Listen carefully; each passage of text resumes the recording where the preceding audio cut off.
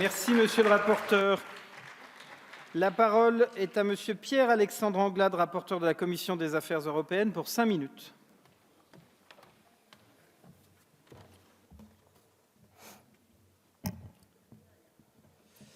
Monsieur le Président, Madame la Ministre, Monsieur le rapporteur, mes chers collègues, le projet de loi que nous allons examiner revêt une grande importance pour l'élection européenne de 2019 et l'avenir de l'Europe. Il marque en effet une nouvelle étape vers la refondation européenne, inscrite au cœur de ce quinquennat et souhaitée par les citoyens européens.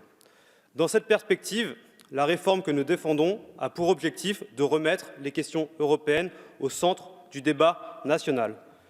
Jusqu'à présent, dans notre pays, le scrutin européen était considéré, à tort, par les partis politiques comme une échéance électorale de second rang, ce qui a progressivement conduit les Français à s'en désintéresser, si bien que le taux d'abstention n'a cessé d'augmenter élection après élection. Dès l'origine, la raison d'être de cette échéance électorale a été mal expliquée et donc mal comprise. Il se trouve par ailleurs que trop souvent, les élections européennes se sont concentrées sur des questions nationales plutôt que véritablement européennes. Cela a également contribué à nuire à leur compréhension. En 2019, l'approche de ce scrutin dans notre pays, et notamment au sein des partis politiques, doit changer pour en faire un rendez-vous électoral majeur, car les enjeux sont considérables. Ils le sont pour l'Europe, qui doit devenir une véritable puissance politique capable de peser sur les grands défis du XXIe siècle. Ils le sont également pour la France et son influence dans l'Union européenne.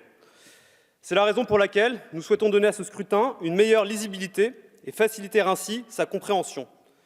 Pour ce faire, nous proposons le rétablissement d'une circonscription unique nationale.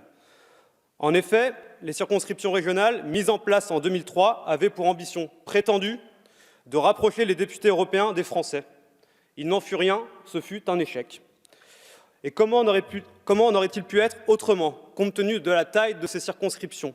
Comment parcourir une région comme la circonscription Grand Est, ses 18 départements, ses 5 régions, ses 9,5 millions d'électeurs? Quant à la représentativité supposée des députés en région, nous savons ce qu'il en a été. La pratique malsaine des parachutages a bien souvent dévoyé la belle ambition initiale. Le rétablissement d'une circonscription nationale unique n'empêchera en rien les partis politiques de sélectionner leurs candidats sur la base d'une représentation équitable des régions françaises. Aux scrutins régionaux qui avaient dilué et obscurci le débat, le rendant totalement incompréhensible, nous opposons un scrutin national où chacun ou chaque liste pourra présenter un projet européen clair, lisible et cohérent. Ce que nous proposons, c'est un véritable débat européen, projet contre projet. Mais la modification du mode de scrutin à elle seule ne suffira pas à créer une mobilisation plus importante.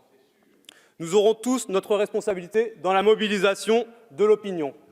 À nous, politiques, de convaincre en allant au plus près des Françaises et des Français, en faisant preuve d'une grande exigence démocratique. À nous, encore, de restituer les idées qui seront exprimées dans les consultations citoyennes partout en Europe à partir du printemps, afin de nourrir une feuille de route ambitieuse pour l'Europe de 2019.